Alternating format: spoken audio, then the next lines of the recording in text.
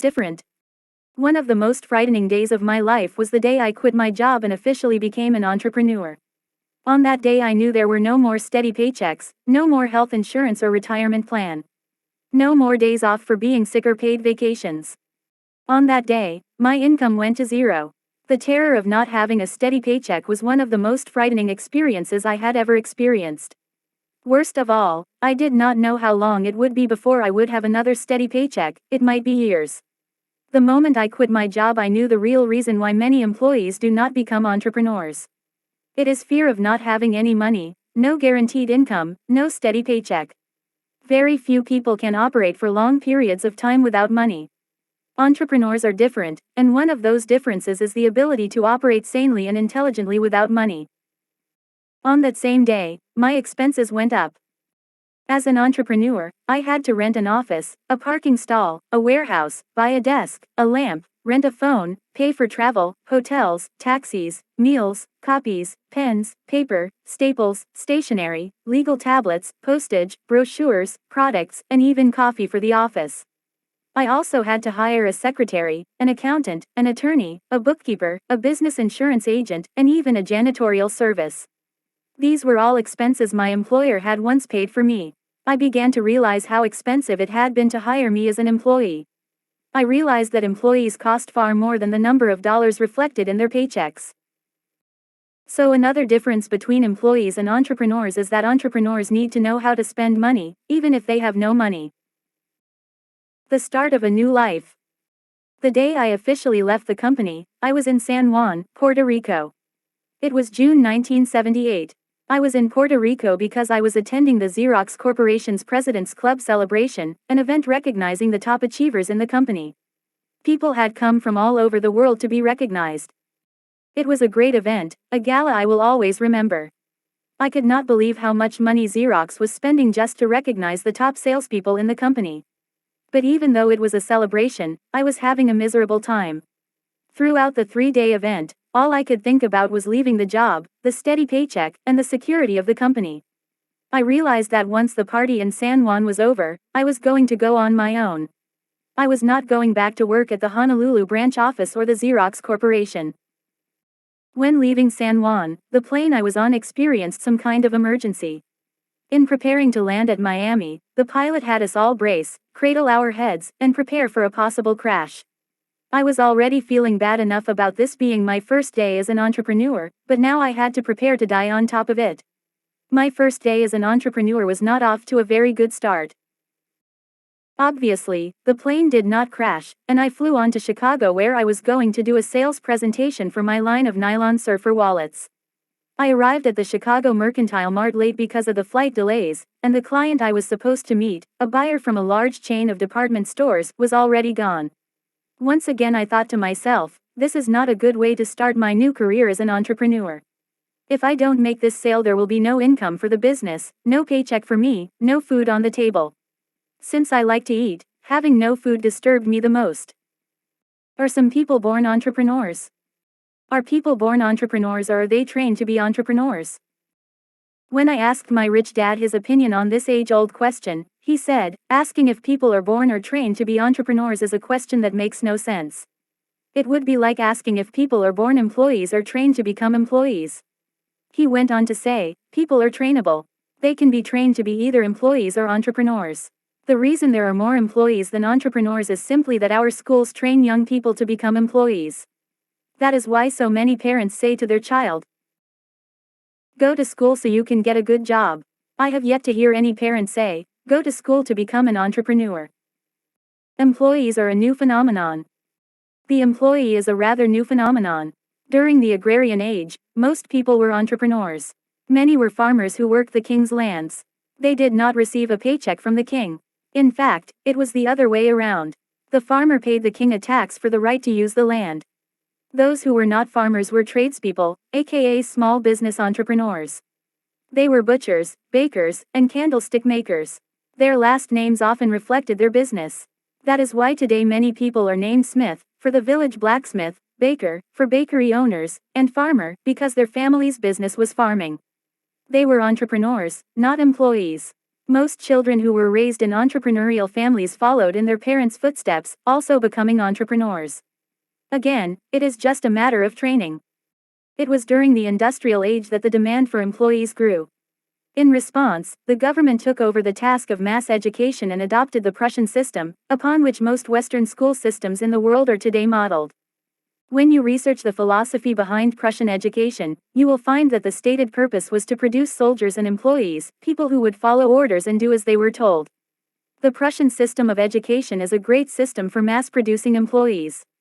It is a matter of training. The most famous entrepreneurs. You may also have noticed that many of our most famous entrepreneurs did not finish school. Some of those entrepreneurs are Thomas Edison, founder of General Electric; Henry Ford, founder of Ford Motor Company; Bill Gates, founder of Microsoft; Richard Branson, founder of Virgin; Michael Dell, founder of Dell Computers; Stephen Jobs, founder of Apple Computers and Pixar; and Ted Turner, founder of CNN. Obviously, there are other entrepreneurs who did well in school, but few are as famous as these. The transition from employee to entrepreneur. I know I was not born a natural entrepreneur. I had to be trained. My rich dad guided me through a process of starting as an employee to eventually becoming an entrepreneur. For me, it was not an easy process. There was a lot I had to unlearn before I could begin to understand the lessons he was trying to teach me. It was difficult hearing what my rich dad had to say because what he said was exactly opposite from the lessons my poor dad was trying to teach me. Every time my rich dad talked about entrepreneurship, he was talking about freedom. Every time my poor dad talked to me about going to school to get a job, he was talking about security. There was the clash of these two philosophies going on in my head and it was confusing me. Finally, I asked rich dad about the difference in philosophies. I asked, "Aren't security and freedom the same thing?" Smiling, he replied, "Security and freedom are not the same, in fact they are opposites. The more security you seek, the less freedom you have. The people with the most security are in jail. That is why it is called maximum security." He went on to say, "If you want freedom you need to let go of security.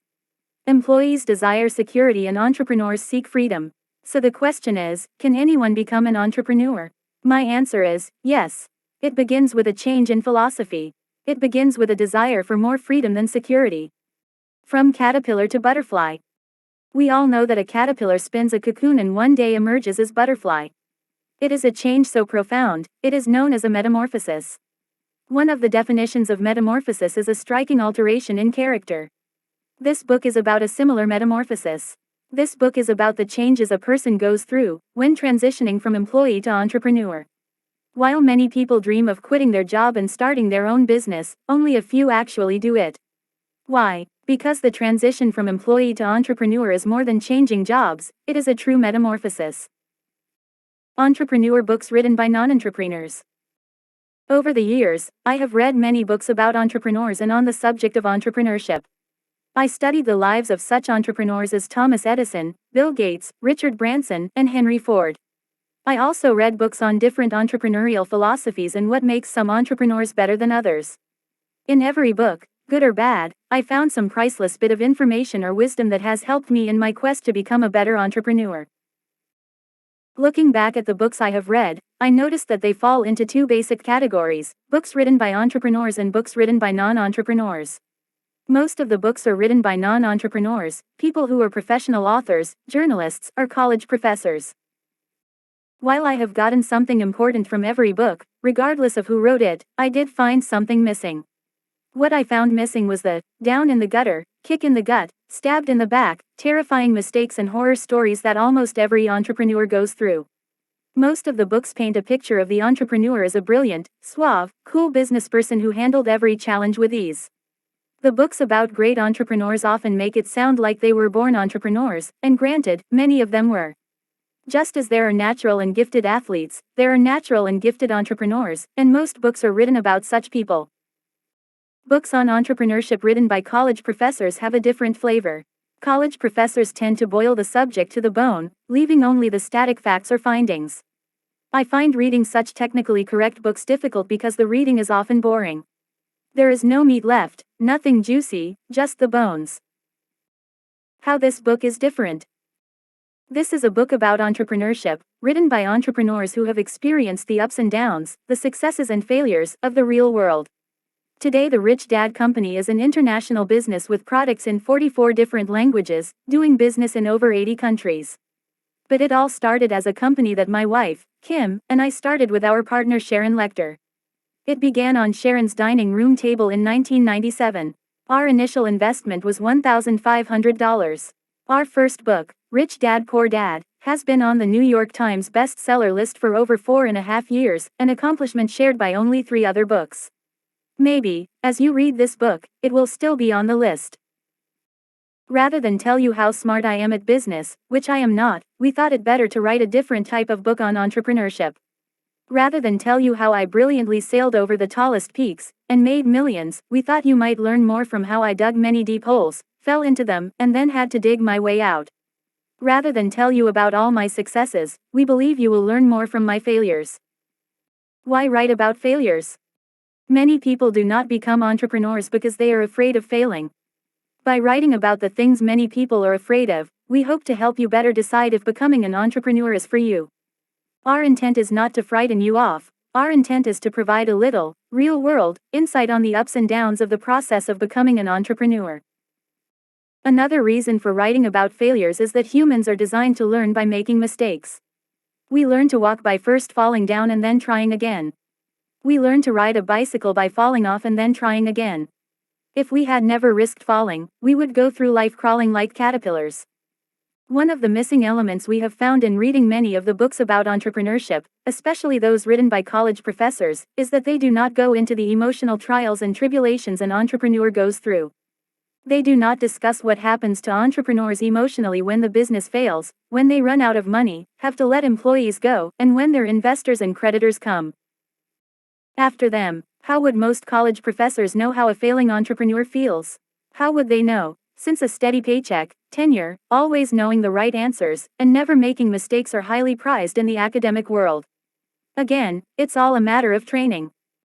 In the late 1980s, I was invited to do a talk on entrepreneurship at Columbia University. Rather than talk about my successes, I talked about my failures and how much I learned from my mistakes. The young audience asked a lot of questions and seemed genuinely interested in the ups and downs of becoming an entrepreneur. I talked about the fears we all face when starting a business, and how I faced those fears. I shared with them some of the more stupid mistakes I made and how those mistakes later became valuable lessons I would never have learned if I had not made the mistakes.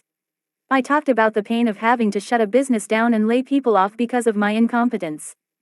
I also shared with them how all my mistakes eventually made me a better entrepreneur, very rich, and most important, financially free, never needing a job again. All in all, I thought it was an objective and realistic talk on the process of becoming an entrepreneur. A few weeks later, I found out that the faculty member who had invited me to speak at the university was called into her department head's office and reprimanded. His final words to her were, "We do not allow failures to speak at Columbia." What is an entrepreneur? Now that we have torn into college professors, it is time to give them some credit. One of the better definitions of an entrepreneur is from Howard H. Stevenson, a professor at Harvard University. He says, entrepreneurship is an approach to management that we define as follows: the pursuit of opportunity without regard to resources currently controlled. In my opinion, this is one of the most brilliant definitions of what an entrepreneur is. It is bare bones, and brilliant. The power of excuses. Many people want to become entrepreneurs but always have some excuse for why they do not quit their job, excuses such as 1. I don't have the money. 2. I can't quit my job because I have kids to support. 3. I don't have any contacts. 4. I'm not smart enough. 5. I don't have the time. I'm too busy. 6. I can't find anyone who wants to help me. 7. It takes too long to build a business. 8. I'm afraid. Building a business is too risky for me. 9. I don't like dealing with employees. 10. I'm too old. The friend who gave me this article by Professor Stevenson said, any 2-year-old is an expert at making excuses. He also said, the reason most people who want to become entrepreneurs remain employees is that they have some excuse that keeps them from quitting their job and taking that leap of faith. For many people, the power of their excuse is more powerful than their dreams. Entrepreneurs are different. Mr. Stevenson had many other bare-bone gems in his article, especially when he compares entrepreneurs to employees or promoters to trustees, as he labels them. A few of these gems of comparison are: 1. When it comes to their strategic orientation, promoter, driven by perception of opportunity. Trustee, driven by control of resources. In other words, entrepreneurs are always looking for the opportunity without much regard to whether they have resources. Employee-type persons focus on what resources they have or do not have, which is why so many people say, "How can I start my business? I don't have the money." An entrepreneur would say, "Tie up the deal and then we'll find the money." This difference in philosophies is a very big difference between employee and entrepreneur.